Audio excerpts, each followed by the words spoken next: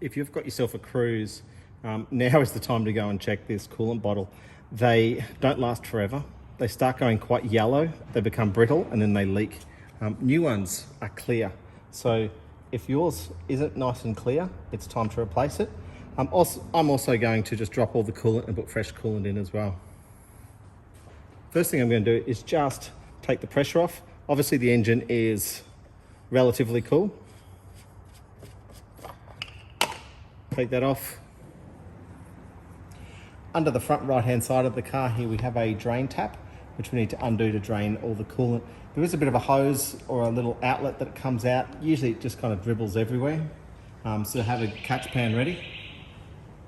Now I'm going to use a hose like this just to help direct the coolant out a little bit, just so it's not so messy.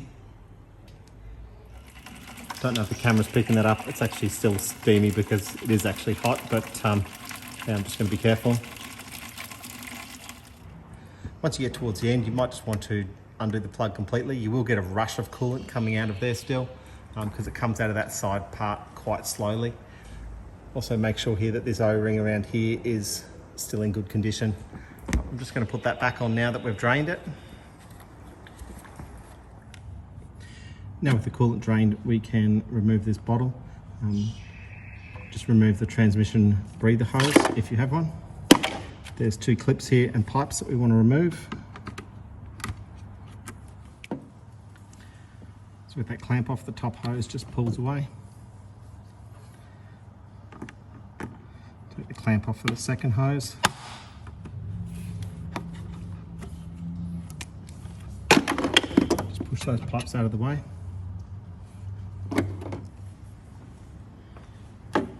Now in here there's a little clamp that holds this together. You need like a screwdriver or something that you can just pry this up. Just be careful because it does have a tendency to flick off and fly away. So it comes up and out. With that removed, the coolant bottle is now loose, but looking at your new one, this section here slides into a bracket underneath. So what we have to do is kind of pull it forward. Now it would be much easier if all the battery and everything's out of the way, but it only takes a few seconds of jiggling and you'll break it free.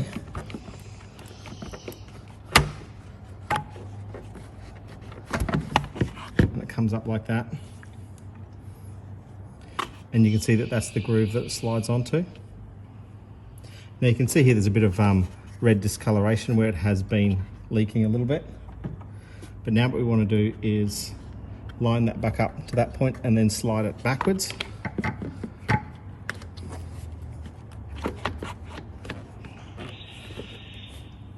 It sits in like that. Once it's in place, you can't lift it up the back. You can still wobble it at the front, but it locates in there and locates on a little groove there. This little piece has that lump to the side there. We'll just slide that back in.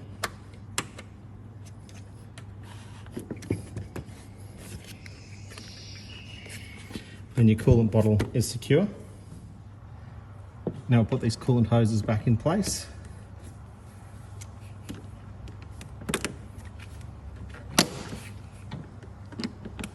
Make sure they push all the way on.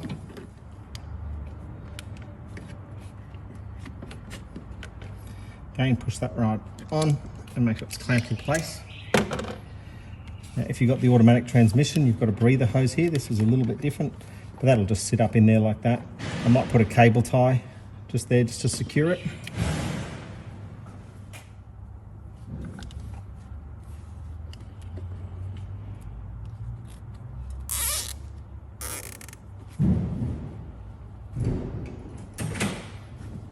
I'll zip the end of that off.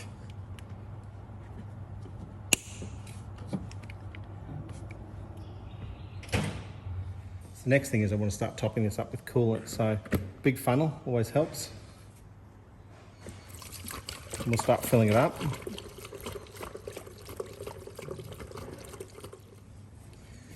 Now I know when I drained it out that was at least 5 litres, so I'm going to put in at least 5 litres back, but there's going to be air in the system, so we need to work through with that.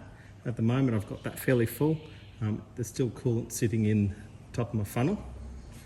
Then we need to come on to the other side of the engine to the bleed screw.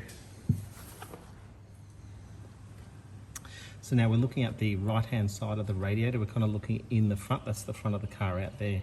You can see here there is this white coloured sort of bolt. That is our bleed screw. Find a long screwdriver, just slipped up in here and then run down towards the radiator is the easiest way.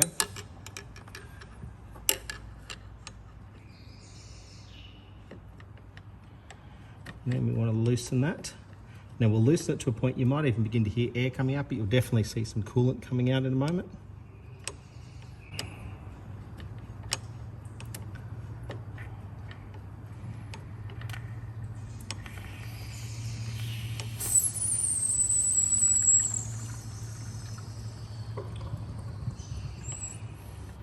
You can hear a fair bit of gurgling. So while that coolant's starting to drip out of there, I'm just going to zip that back up. I'm not going to do it super tight just yet. Now the coolant bottle has obviously gone down, but it does need to go down a little bit further. So we're going to start the car up. We're going to run the heater, and we're probably going to run it for 5-10 minutes. I'll give it a little bit of a rev, and then we'll turn it off, and we'll just see if we can bleed a little bit more air out of the system.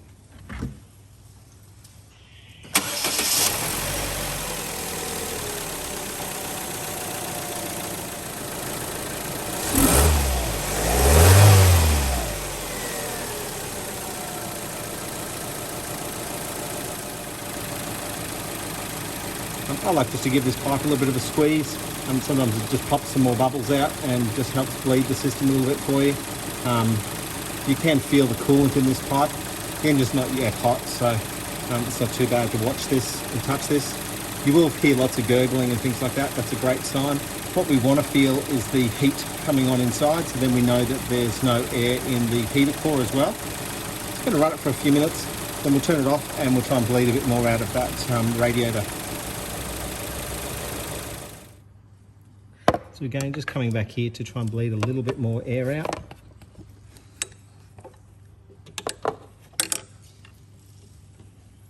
And we'll just slowly open it until you either hear a little bit of air coming out and then see some coolant, or just see the coolant.